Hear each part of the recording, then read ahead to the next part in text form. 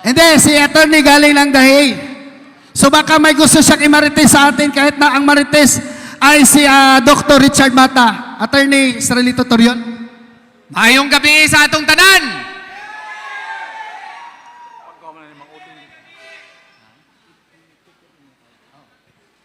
Una sa tanan, akong pagyukbo sa atuang pinalanggang kapitan, Mar Masanggit, no?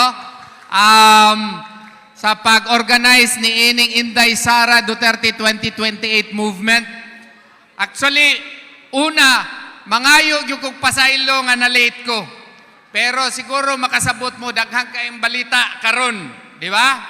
Ang una nga balita, ni gawas kaganina, nga duna na kunoy warrant of arrest against kay Senator Bato de la Rosa, no? Nigawas na po ang balita nga nag-change og lawyer ang atuang pinalanggang si Tatay Digong, nag-withdraw si Nicholas Kaufman.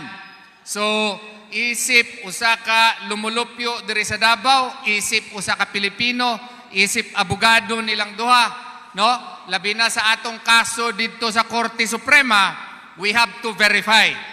Nangita tagpaagi atong gi-verify kung tinuod ba gyud nga duna nay warrant of arrest against kay Senator Bato de la Rosa.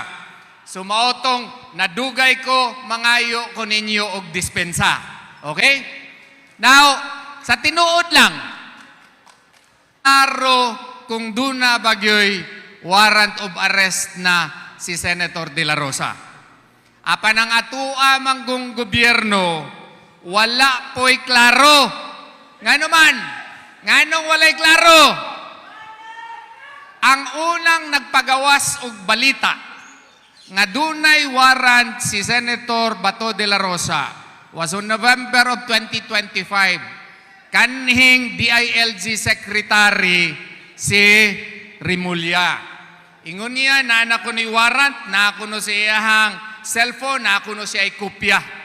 Ug tungod niya to, tungod kay DOJ Secretary siya, subsequently he became an ombudsman, kinsa bagoy dili mutuo nga naa na siya ay warrant, opisyalis siya sa gobyerno. Mao kana nga ang ilahapod nga mga pulisiya, ang DOJ mosulti nga under Section 17 of 9381, ingon nila nga kung duna nay warrant of arrest kuno, kinahanglan nga dakpon dayon ang tao og ipadala didto sa Netherlands, sa ICC. Unsa nalay mahitabo sa atong konstitusyon?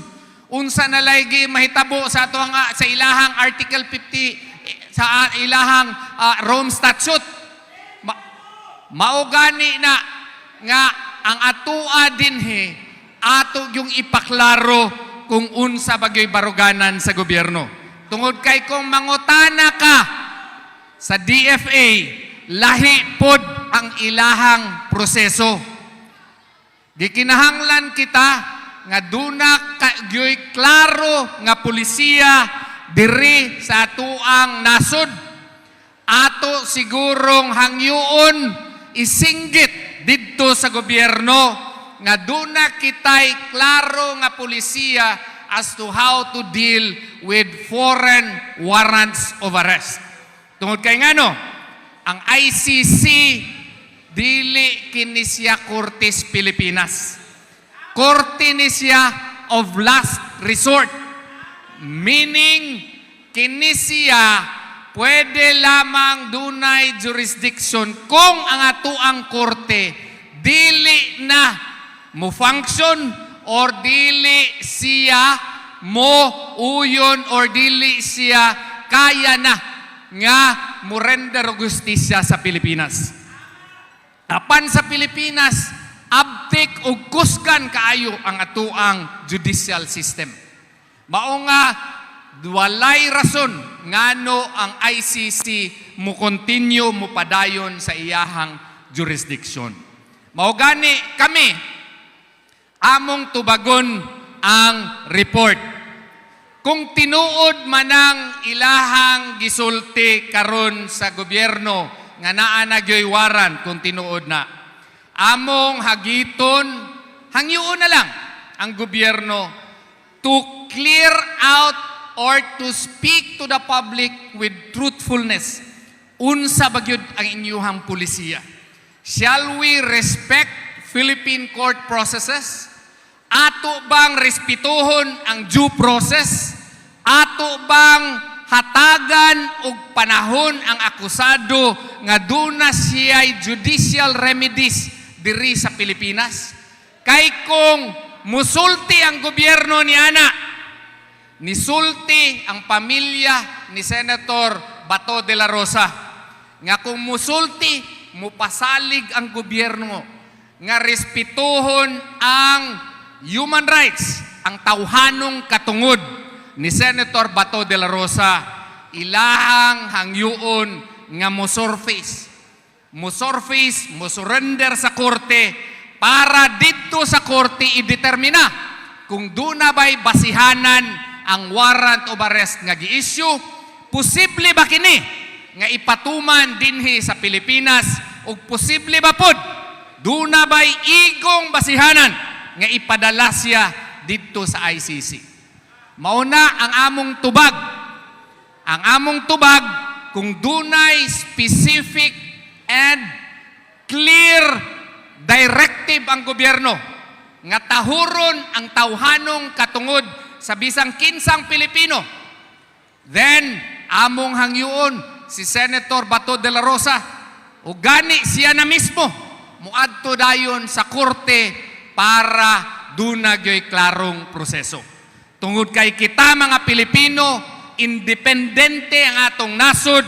So sa ato pa, tungod kay independente ang atong nasod, duna kitay atong kaugalingong judicial system nga dapat respetuhon. Dili tamak-tamakan sa bisan unsa nga mga langyaw nga mga korte. Dili ba tama ka na? Mao gani atua po nuntang hangyuon ang atong Korte Suprema nga at unta desisyonan na ang atong petisyon nga gipang-file dito sa Korte Suprema mahitungod sa pagdakop, pagkidnap kang Tatay Digong o ang plano na pod karon nga pagkidnap kang Tatay Digong. Mga taga Davao o atong mga bisita, hangyuon ko kamo sa padayon sa pagampo. Tungod kay ang atong nasod karon, grabe na gyud ang nahitabo. Dili na respetuhon ang atong mga processes sa korte. Dili na pod respetuhon ang atong mga katungod. So mauna nga ako kamong gihangyo nga karon maghiusa gyud kita, magpadayon kita sa pagampo kay Allah Subhanahu wa Ta'ala nga hinaot unta malampasan ni natong mga grabe nga problema karon. So salamat kayo sa inyong pag-anhi, salamat sa inyong suporta sa Inday Sara 2028 movement tungod kay ngano para kini sa atuang mga kaugalingon ug para sa atong mga anak. Ang atong pinalangga nga VP Sara Duterte ato yung tabangan. Ato yung isigurado nga duna siya'y makabungog nga buto dinhi sa Mindanao. Kaya ba nato na siya? Ato yung isigurado nga mudaog si Inday Sara karong 2028 kay nakita na ninyo ang karon nga administrasyon. Grabe ang pagpangurakot, grabe ang gihimo sa atong mga pundo nga wa na takasabot kung asa ta paingon. Mao gani nga karong 2028 isiguro gyud nato nga si Inday Sara Duterte ang mulingkod sa Malacañang. Pwede ba na? Maayong gabi ug daghang salamat sa atong tanan. Thank you, and may Allah Subhanahu wa Ta'ala bless us all. Daghang salamat, Attorney Bobet. Thank you. Asa si Commissioner Mar?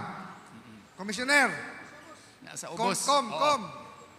Kay na kay itunol. Sir, ayong gabi iday sir.